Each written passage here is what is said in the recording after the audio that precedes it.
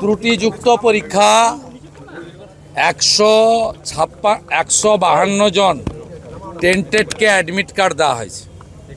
এর মধ্যে মুখ্যমন্ত্রীর আত্মীয় আছে। 1958 জন শিক্ষক শিক্ষিকা টেন্টেড, সবাই জানে, আমরাও জানি, তালিকাও জানে। 1806-এর নাম ঘোষণা করেছে, আর 152 জন টেন্টেডকে পরীক্ষায় বসাচ্ছে।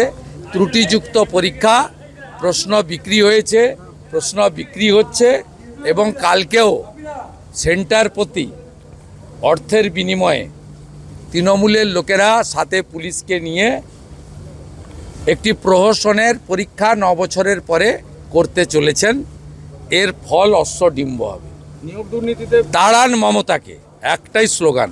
প্রতি বছর এসএসসি হবে, প্রতি বছর প্রাইমারি হবে, ওএমআর সিটে পরীক্ষা হবে, ওএমআর পদ্ধতি চালু হবে। কার্বন কপি বাড়ি নিয়ে আসবেন, আনুন বিজেপিকে।